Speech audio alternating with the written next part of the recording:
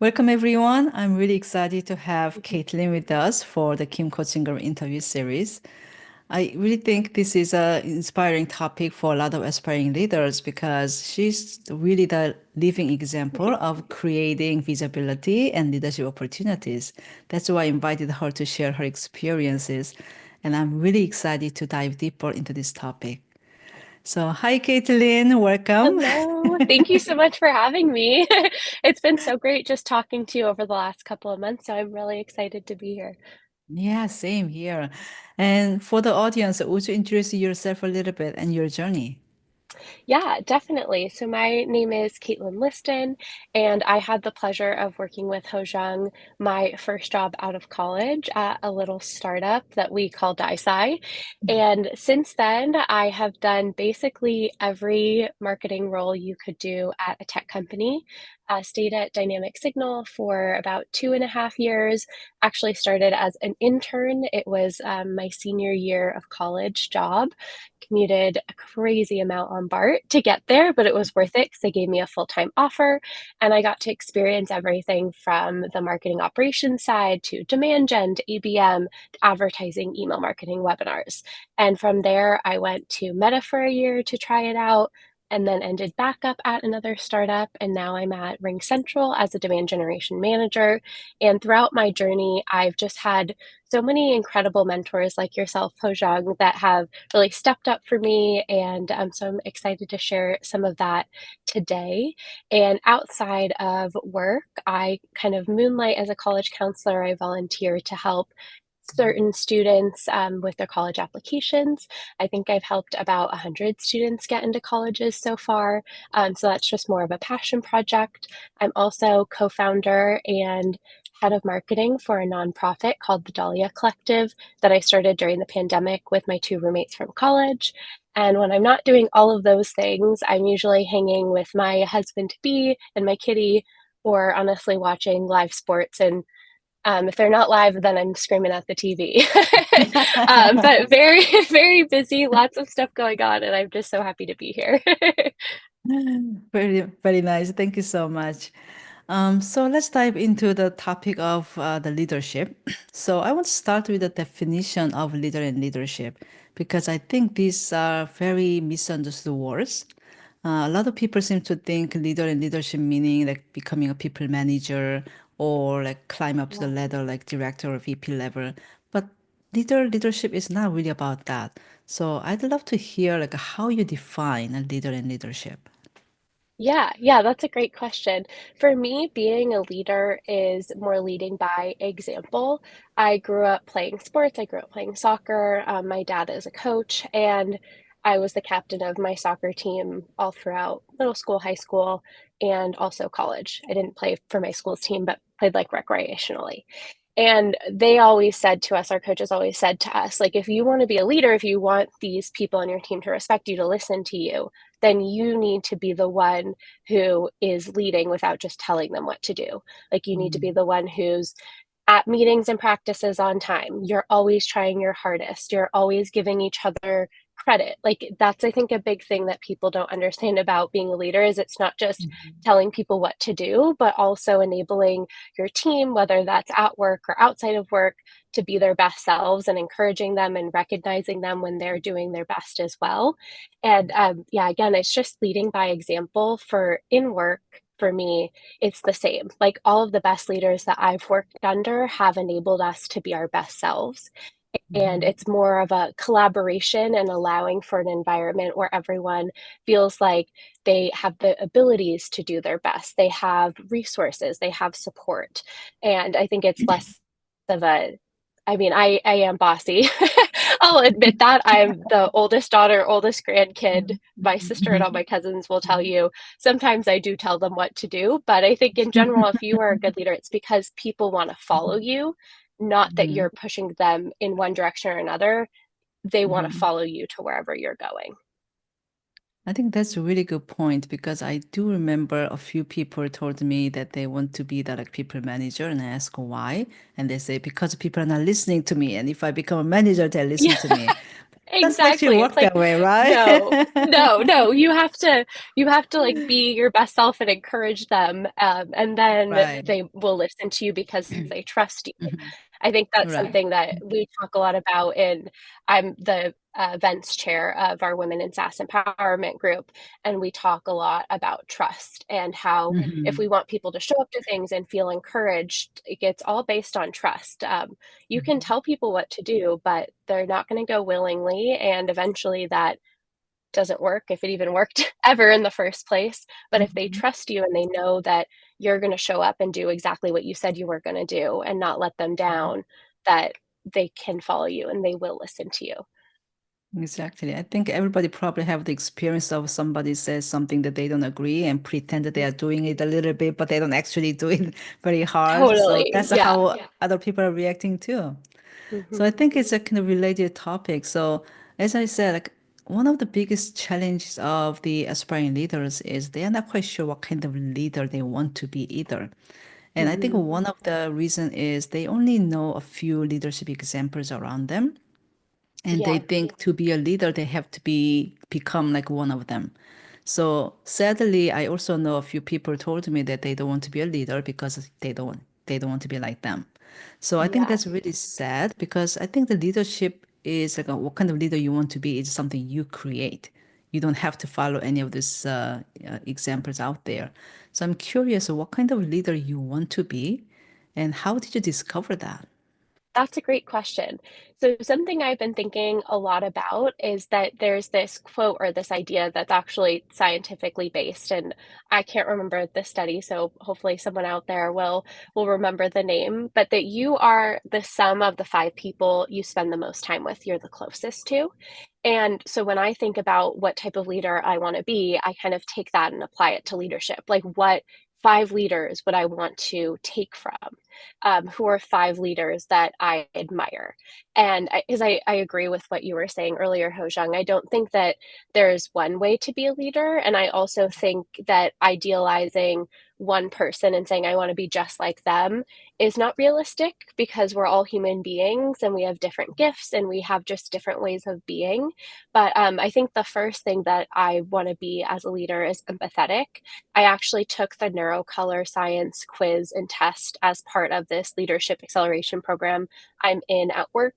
And empathy, if anybody out there is also a red and a yellow, or not a red, sorry, I'm very much not red, a green. We are very Mhm. empathetic leaders. We lead with empathy. So it's Mhm. very important to me.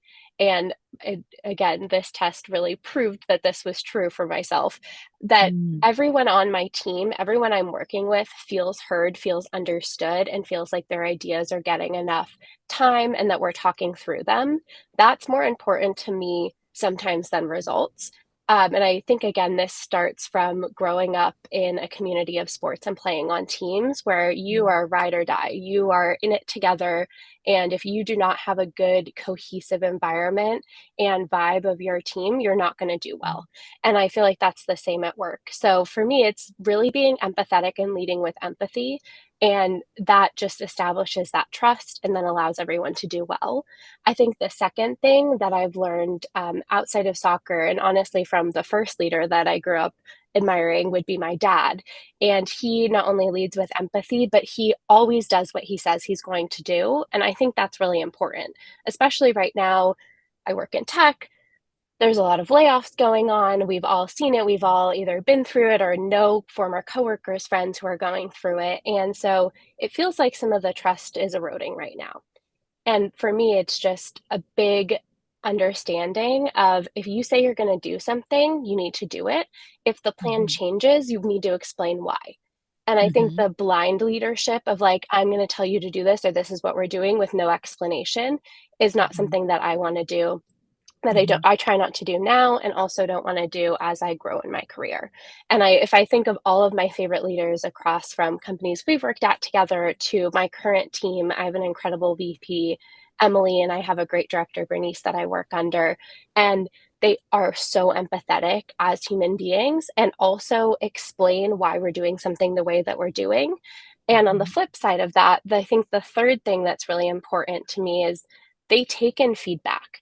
And that's Mm. really hard, especially if you're someone who got to where you are because you are a perfectionist and you're a high achieving. Taking in especially negative feedback or criticisms or just differing ideas is tough. And to be able to do that with grace and to really sit down and say, okay, why do you feel that way? Please explain it to me, and have a civil discussion about why you disagree and come to a conclusion together is super important as a leader. And I think also just as someone who's on any team. Yeah. In terms of like what kind of leader you want to be, like what is your end goal for your career? Like not in terms of title, but Yeah. what kind of things you want to do or create or influence?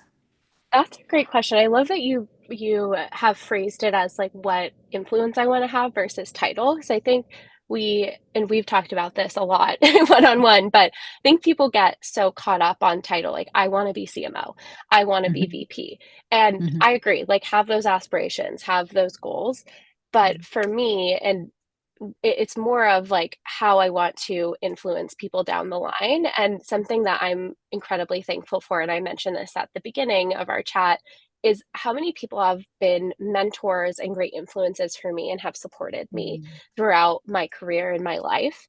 And I think this is part of why I volunteer as a college counselor Mm. oftentimes, and I do college counseling as well, is because I want to just invest in the next generation and give other people, especially women, because in tech and in leadership, we're often given less opportunities. And I'm lucky right now to be on a team where the three people I report into up to the C suite are all women, and that's incredible. But there aren't as many opportunities, I think, right now, also post COVID. It's harder to get an internship. It's just harder to get your foot in the door. The tech landscape looks Mhm. different.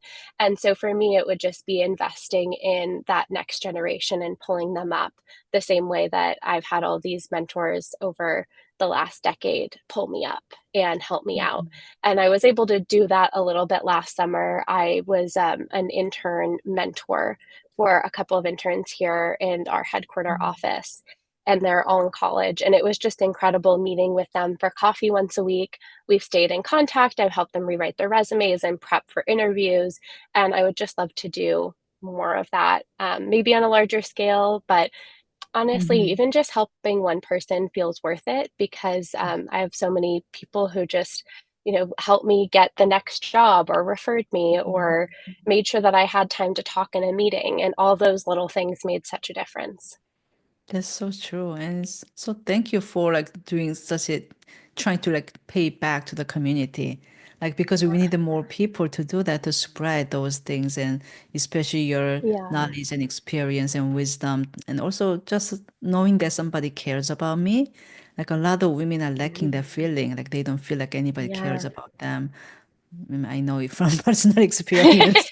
Yeah, we've So definitely all been there. Yeah. yeah, so I think it's a really good thing to have that people are like starting to like sharing back to their community. And I think it's also Definitely. related with the power of connections and networking we talked about before too.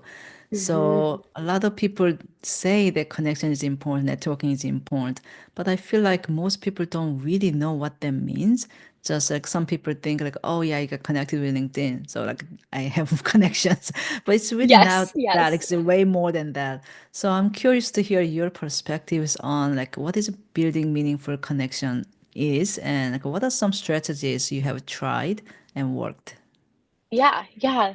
I say this all the time, and any of my friends who are watching this are probably like, "Oh, not again." But Robin Hanna, who I love and was one of my first mentors, who we both worked with. Robin, I hope you're watching this and hearing how much I love you. But she always said to me, she was like, "This sounds so cheesy, but your network is your net worth." And Mm, I think at 22, when she was telling me that, I was like, "Okay, sure. That kind of makes sense." But you're still working like an entry level job. You're like, are you sure that that's the case? And as I've grown and as I've expanded my career and worked at different companies, I realize how that is the biggest truth. That is the biggest truth in your career. And it's not just your network will get you another job or a new job or will help you get a promotion, which is true. And I'll talk a little bit more about that, but it's also that this is your group of people who you can bounce ideas off of. And so if you're at a company or at a job where you maybe don't have that environment where you feel supported and you feel like you can speak up or you feel like you can share new ideas or disagree, having people who work similar jobs or in your industry or you've worked at past companies on similar teams, being able to call them up and say, hey, I had this idea today. What do you think about it? Is just so helpful in gaining more confidence in yourself. And then also to be there for someone else when they're going through a difficult time or they're unsure is also a confidence booster and just really enforces those connections. But going Mm-hmm. back to it really being your net worth, every single job I've had, except for one, in the last 10 years, even all of my internships in college as well, we're all from some sort of a referral, some sort of a foot in the door. And I mean, this is even the bar I worked at in college. A sorority sister also worked there and said, hey, we need another hostess.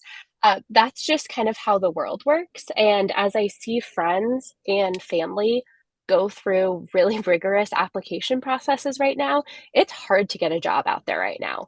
That you used to be able to get a job in a couple of months guaranteed. People are going a year, 2 years, and not really getting many offers, and you need a referral. You basically just need a referral at this point, or you need a recruiter to reach out to you. And every tech job I've had, except for working at Meta, was via a referral, was an old coworker reaching out and saying, hey, I think you should join me at this company. You would be a great fit. And I've been able to return the favor. And that's just kind of how the world works. The more that we can build up this network for ourselves and also to, again, return the favor, the better. I actually just had my old director at Meta, who I worked with, gosh, 5 years ago now, reached out to me because someone who was on his team after I even left needed a new job. And so I referred him to a job here at my current company. And somebody else who was also on that Meta team back in the day with me referred him as well. And he ended up getting offers from both of our companies. And yes, of course, he was a very qualified candidate. He was a great fit, but he got the interview, or at least he got through the front door because we were able to vouch for him. And we were able to say, yes, we worked on this incredible team together. Maybe we didn't even overlap. So I just, again, I think that this is kind of the way, especially moving forward, and the way that I see the future is that these are your people, not only while you're currently at your job, but when you're ready to jump to a new one, that are going to give you those referrals, help you with your, decks or whatever you have to present if you're looking for a new role. And they're also your people to bounce your ideas off of. And something else that somebody said to me recently, which I loved this, one of my best friends from college says that she has an executive board of her life, and a lot of them are mentors from previous jobs or even current coworkers. And so she just has 5 people who she considers like her career executive board. And I loved that idea because that's kind of, I think, a network. And as you were saying, connections on LinkedIn can just feel very abstract. And you're just like, there's a million people out there. Like, and also I can't stay in contact with every single person I've worked with ever, especially for those who have much longer careers than I am. That's just a little bit impossible. And tools like LinkedIn make it easier.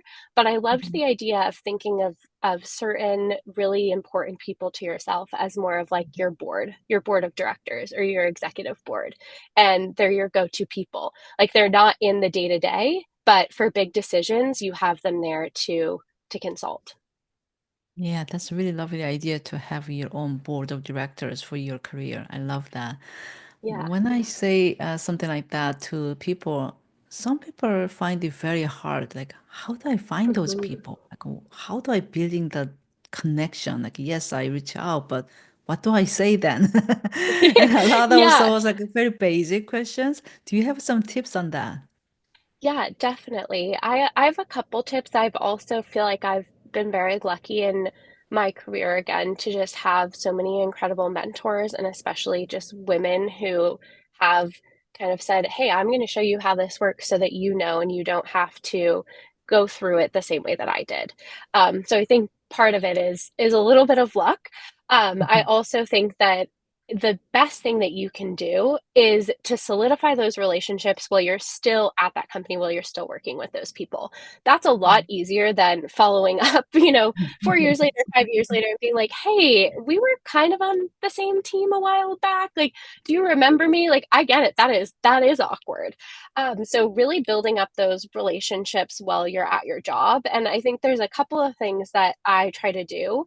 The first is making sure that when I am in a meeting, in a like cross collaboration or a big team meeting, is really making sure that everyone feels like I'm listening to them and interested in what they're talking in, because people remember that. And it's a lot harder. I'm in office almost every single day, and we still have a lot of video calls, and I get it. It's harder. Like, not all everyone will have their video on, and people are all over remote hybrid. So it's a little harder than when you had a Monday morning 9 a.m. meeting with your entire team in person like we used to. But there's ways to do it where you ask questions and you say, hey, like, that seems like a great idea. Can you clarify this? Or even like a reaction. There, every single platform nowadays has some sort of like reaction capability. That's important. That makes people feel like seen and heard, and also following up afterwards and just making sure that you're engaged in those meetings. And I get it, we're all in a lot of meetings. There's a lot of meetings going on, and it can be hard to feel like you're engaged on all of them. But it's really important for your current coworkers to feel like you have their best interest and you're interested in what they're doing. And then on the flip side of that is making, not necessarily making like best friends. Like, I'm lucky to have made some best friends at jobs. Some of them are even coming to my wedding. Like, that's incredible to like work at a job with someone and then they're literally going to see you get married. That it doesn't need to be that level of friendship, but caring about your coworkers and your team's personal life is great. And like, there's a certain amount that of course we all bring to work and we don't, but making time to have coffee chats, to eat lunch together, to catch up on big life events is part of the foundation of your network, because they know that you're interested in them as a human being, not just kind of what you can get out of them work wise. So those are two different things. I also, and we've talked about this a lot, try to be the best like stakeholder, or just almost like the best friend of other teams. So I'm in a very, very particular spot where I'm on demand generation. So I work with sales, ABM, integrated marketing, product marketing. I have a bunch of vendors to work with and work for and all that good stuff. And so I'm in a very cross-functional role, and I know not everyone is, but I try to go out of my way to, in any interaction, even if it's just putting in a ticket to IT, being extremely thankful that they're helping me out, and also always offering help in return. So an example of that for my current role is I don't really work with finance that much. My director does all of our POs and our SOWs, but some of my best friends at work are in finance. And they know that if they ever have a question of like, why does it look this way? Even if it's not something I'm submitting to them, I'm their go-to person. I will answer it, or I will figure out who needs to answer it. Same with the sales team.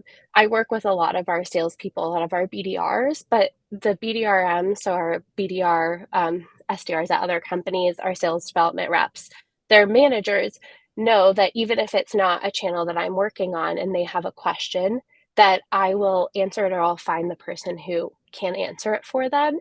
And so I think really trying to make those connections at work and always being helpful as much as possible is just a way to, one, get your name out there, get your face out there to more people than on your immediate team.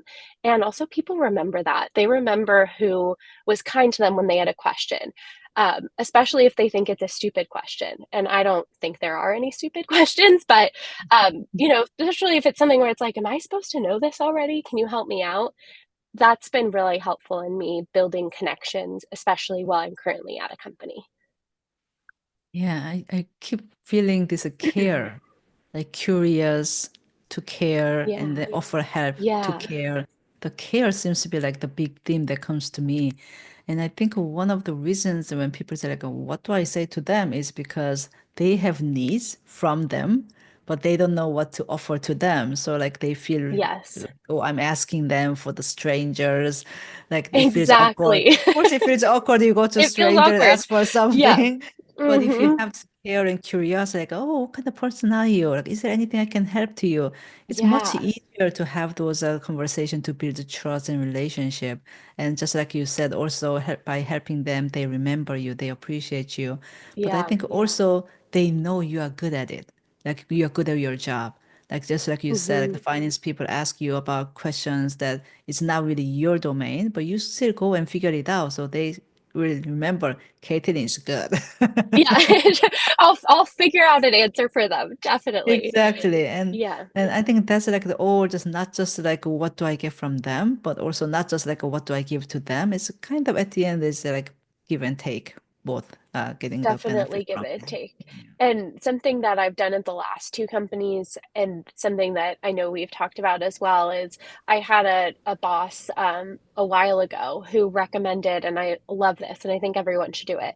When you start a new job, ask Mm-hmm. for 10 people. If it's a smaller company, maybe five, but I think 10 is a good number. And Mm-hmm. say, who are 10 people on different teams that you think would be good for me to chat with, to maybe know, just to learn what they do. And again, these are maybe some people who are on your team or who you will be working with directly, but also people where, I don't work with like the customer marketing or customer success team, for example. But when I started my role, my boss was like, actually, it'd be great for you to just understand what they do. And the thing that's great about being new is everyone wants to help you. They remember being new. And so you have this kind of 3 to 6 month grace period where you can ask a million questions and people will answer them and want to help more so than when you've been there for a couple of years. And Mm-hmm. so establishing that and those relationships immediately is just so helpful. So again, 10-ish people is great. Ask whoever you're reporting into if they have some suggestions. If not, you can figure it out usually by like who's posting in your glip groups or whatever tool you're using the most, who can you reach out to. And I try not to put 30 minutes. A 30-minute block is a lot. Not Mm-hmm. everyone has 30 minutes, but a 15 to 20-minute coffee chat, especially if you're in the office and you say like, hey, do you want to just walk down and get a coffee with me? People usually will make time for that. Mm-hmm. Yeah, that's a really great tip. As you said, that when you first join a new company or new team, that's a really good opportunity to like start revenue from Mhm. scratch. And like, I'm curious, I want to learn. But Yeah. Yeah. also, Like, I what do you do? And then people right. love talking about what they do. Exactly, exactly. And another thing you mentioned briefly that I want to highlight again is like get to know what other teams are doing. I think Hmm. that's also something I don't see often. Like people seems to Yeah. only focus on what they do, and there are a few business partners and they know what they do, but they don't know the how entire other functions in the companies are doing. So for example, I was in data science, so if I'm supporting product team, Hmm. and my team only works with the product managers, and they don't understand why sales people are complaining. But if you worked with the sales team before, or you got to know like how sales team works, then you can also Yeah. like, well, I see why they are complaining, and then you can make the proposal like how to compromise those challenges and gaps together. Hmm. So like getting to know other teams that may not be directly immediately related to your work can actually Hmm. help you to become as like a better leader to like mitigating the challenges at a higher level.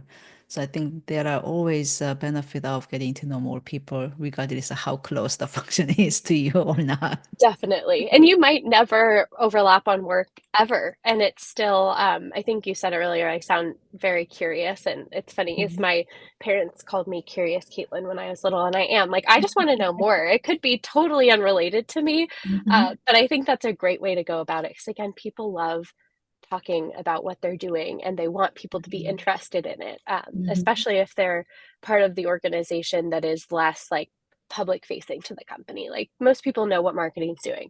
Most people Mm-hmm. kind of know what sales is doing, what's going on. But I mean, as you said, like from data science, we have great data scientists here, and I think 90% of the people don't know what they are even working on. And it's like our everything we do comes from them and their Tableau dashboards, guys. Like they, that is my source of truth. Exactly, exactly.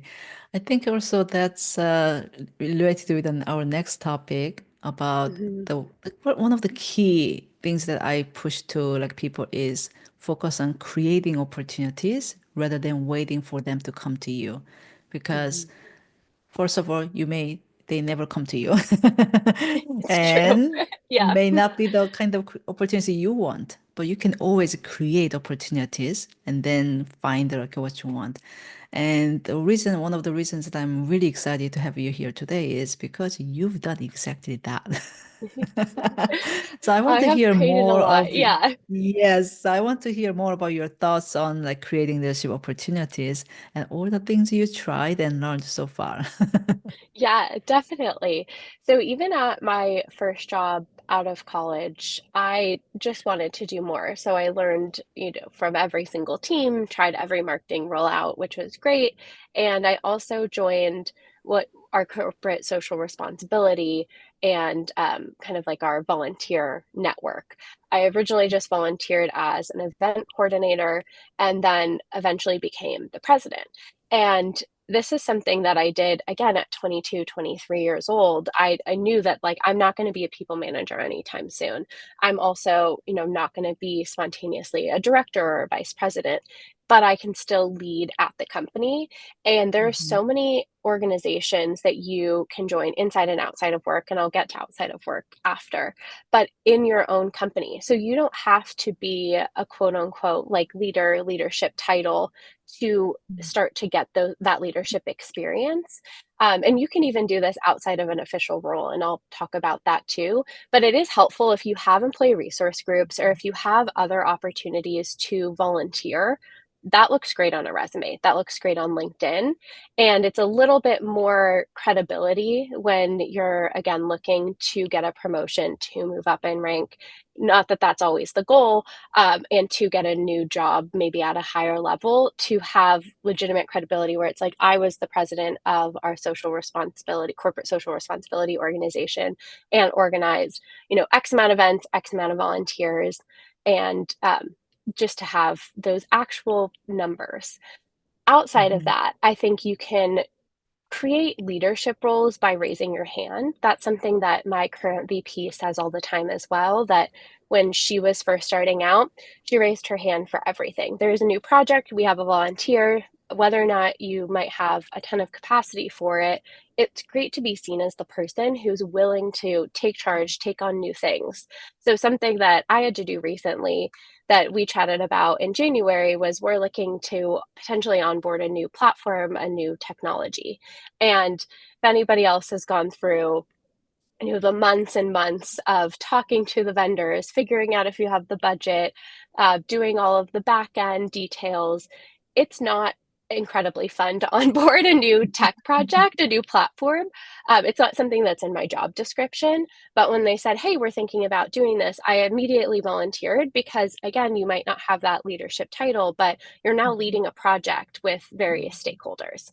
So I Mhm. think raising your hand is just really important to be seen as somebody who can lead and who can take charge and is willing to step up when the team needs somebody to step up and take something new on.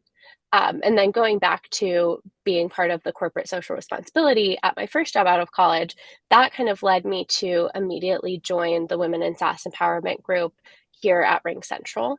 And I started off just as a member, but I attended all of the events, and I actually reached out to the event chair and said, hey, if you ever need help, like I love planning stuff, I have a bunch of ideas. And long story short, I am now the event chair, and my former event chair is now the president. And the two of us just love getting other women involved and love networking and leadership opportunities and inspiring others. And it just became out of a love of like, we want to do this. What can we do? We raised our hands.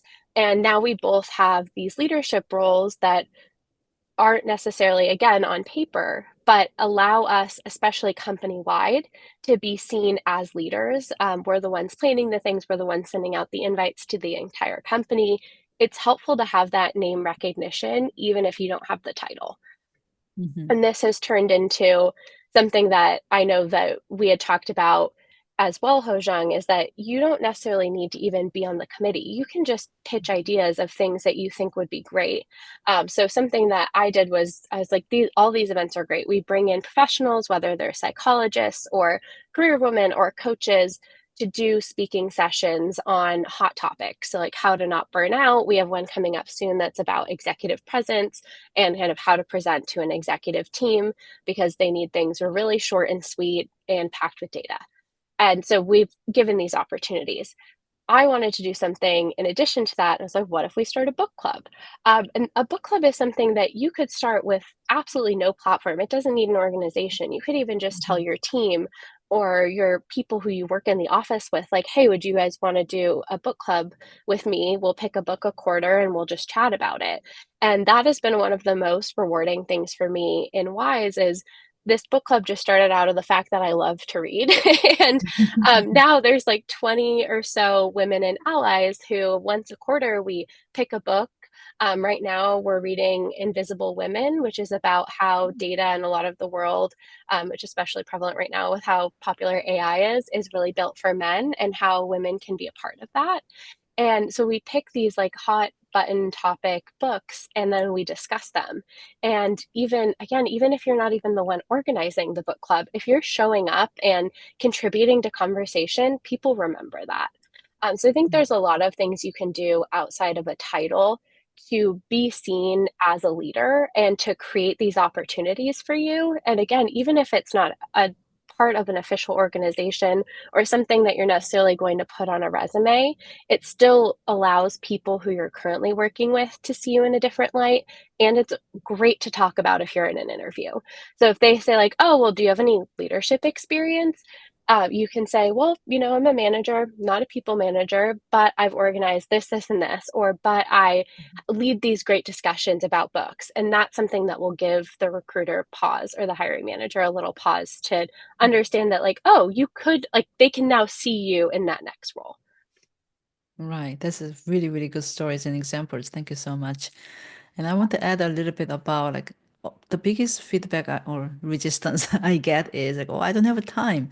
But just like you mentioned a Right. little bit, it doesn't have to be like I'm going to be a committee of something. Like it can be just adding a few values. So for example, like there was like let's say like a product manager, like, oh, I need someone to like take a look at this document and give some feedback from different function. Mhm. Like it's easier, like maybe 15 minutes just to read and then give a few feedback, but still that's volunteer and then you can notice and you also show your expertise as you are good at your what you do. So I think those are really good example. And also personally, Yeah. I've been using those opportunities for my own personal gains too. So I've been asking people like what they're working on a lot. And then I realized everybody's really like that, like talking about what they did, but they didn't have opportunity to share what they do with the larger Mhm. group. So everybody was actually appreciating like for asking what they are doing in their work. So I actually organized a group, like a lunch and learn kind of thing, and invite like I two, love three that. people every week and then share their work. And actually, people just lined up like a waiting list to share what they did because people loved Yeah. it. But so I didn't really do much. Like everybody come and talk, and I just have to organize and announce the Zoom meeting and time. But like I'm the organizer, right? And another Yeah. example is there are certain topic that I wanted to learn, but I wasn't expert. But I know there's the expert, but how do I get that person's time just for one person? It's too much. So I talked to that person and organized a training session. So has that person to teach the like entire team who's interested. So, but the motivation was I wanted to learn from the person. I love But that. Yeah, you're like, this is great for me, but I will also allow right, everybody but else to be part of this. Yeah, exactly, because I thought it was too much to ask for like teaching me one person because there's a lot of information. So like definitely. let's teach everyone. So that was also another like a leadership opportunity that like, I organized the training program and invite this person and I was like the best student learning. I love So there are that. a lot of ways you can show leadership opportunities. Mhm. Like I think people are fixed with a few things like, oh, that's too much, but you can be actually creative about how you can actually create those opportunities. Definitely. Yeah. Definitely. And you mentioned this a little bit before, but one thing I also talk about is that leadership is not just about the domain that you work on. this is really about the scope of problems you're willing to take on. So you mentioned a few examples, but the story that I want to bring up is like what we talked before, that you mentioned you reached out to your VP through Slack and shared what you think the marketing organization should do. And that is like really inspiring to me because most aspiring leaders, I hear them saying like, "Oh, but that's not my problem. Like, oh, that's beyond my pay grade."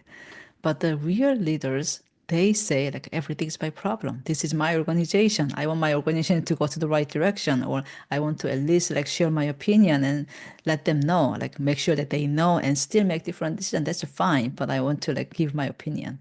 So I want to hear your perspectives and experience on this like leadership mindset. Like how did you develop it? How did you actually see it working? And like, what are some of your perspectives? Definitely. Yeah, I think the story that you're talking about that we've chatted about a bit was, well, first of all, I want to say that I'm very lucky where I have a VP and I have a director who have made it very clear that feedback is welcome and that they will always take in whatever we have to say, negative or positive. So, again, leaders out there, like that's the way to get leaders on the rest of your team is to have the environment where they feel even comfortable to do that. But yeah, again, that story, I saw something that was happening across leadership or the marketing team that I didn't find helpful. The way that people were coming to calls was more of, and I've seen this happen at many companies, many marketing teams.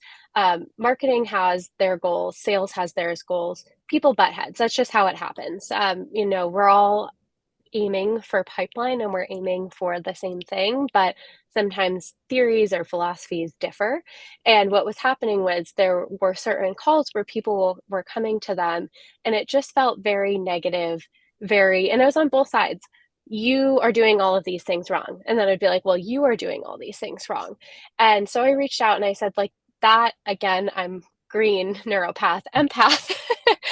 So I was just like, oh, that's not working for me. And so I reached out and said like, hey, I think it would be really helpful, something that for myself, and I'm going to start leading the calls that I lead this way, to give an agenda before, to give the data we're going over before. Because when we're blindsided, not only does it sometimes feel like an attack, and that could be, I mean, it usually isn't. It's more just like, this is the data, this is what I see.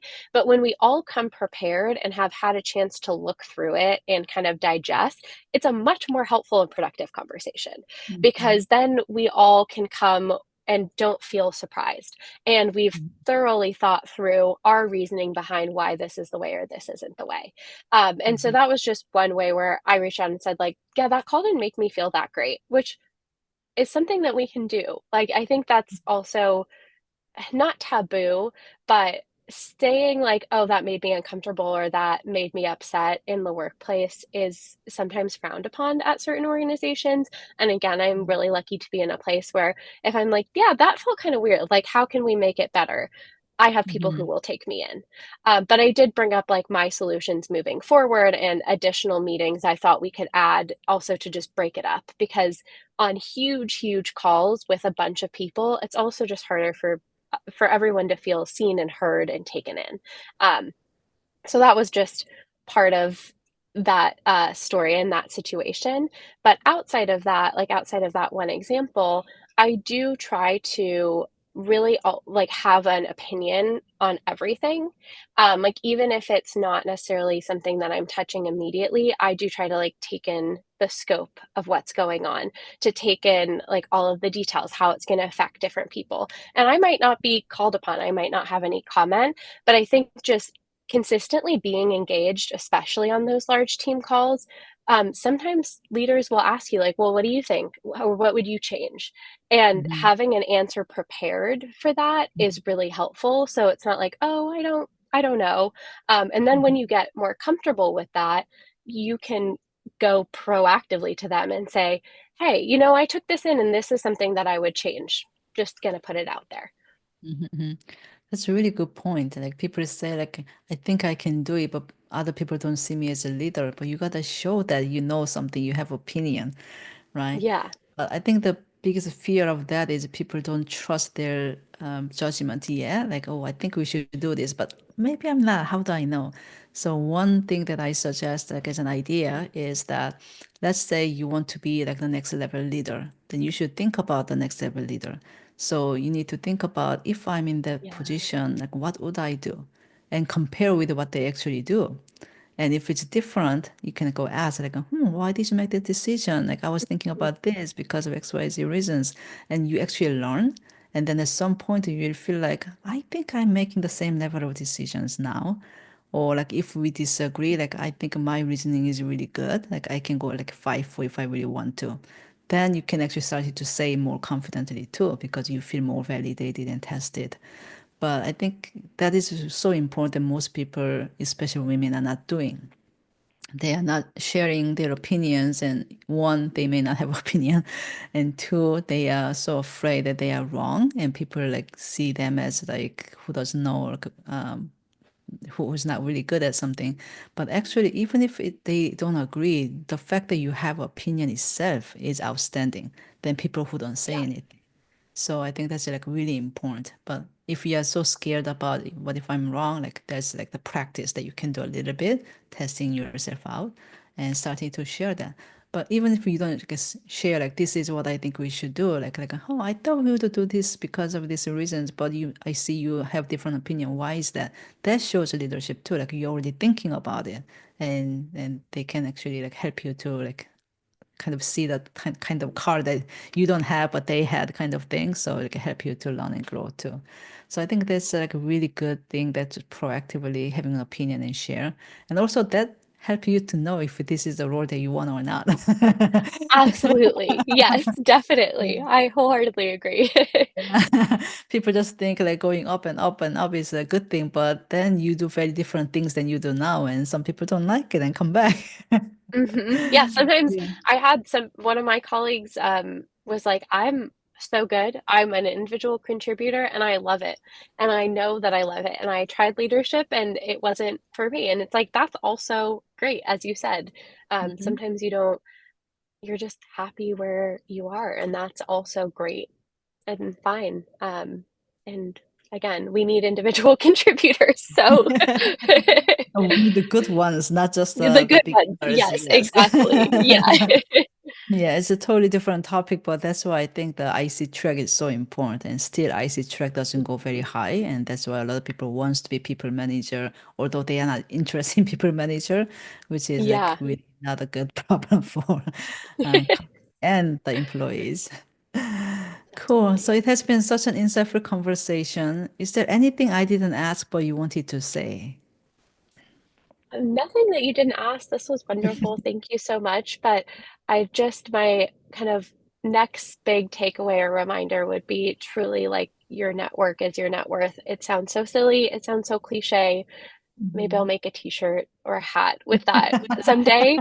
But it really Mhm. is, and if you are feeling nervous to reach out to people, I Mhm. always think this is something that like, I'm pretty extroverted, but I can also be shy sometimes, and what I always remind myself is, like, if I'm feeling kind of hesitant and don't know, like, so are they, and so sometimes reaching out, you might feel like, "Oh my gosh, like, they don't wanna make time for me."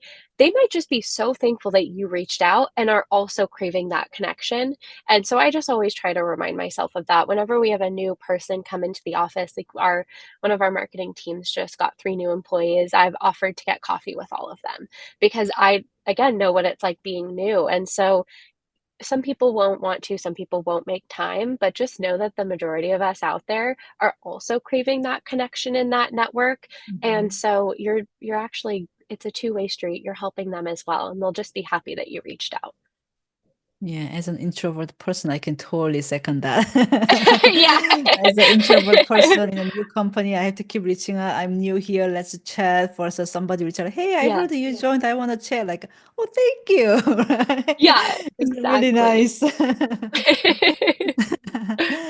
Cool. Thank you so much, Caitlin, for today's interview. And before we go, I just want to share that this is a topic that really means a lot to me. Like as a woman, Asian, and immigrant, and I have a lot of these challenges. And in terms of network and connection, I had to rebuild from scratch in America. And then when I switched the industry, also I have to rebuild from scratch from the beginning. So this is a very like personally touching topic. And now I actually help women with this kind of challenges to figure out what kind of leader they really want to be and create opportunities to reach there faster than they thought and easier than they thought. So I just wanted to share that those supports are out there. And if you're curious what supports are out there, like I'm happy to talk, just reach out to me. Yeah, Hojung is the best, guys. Everyone who's, or guys and gals and everyone. Thank you so much, Caitlin. It was a really Thank pleasure you. talking to you. I think a lot of people will get a lot of lessons and inspiration from your uh, interview today. So really appreciate your time. Yeah, thank you so much. This Yeah. was lovely. Hopefully we can chat again soon. Oh, let's do that. Okay, bye.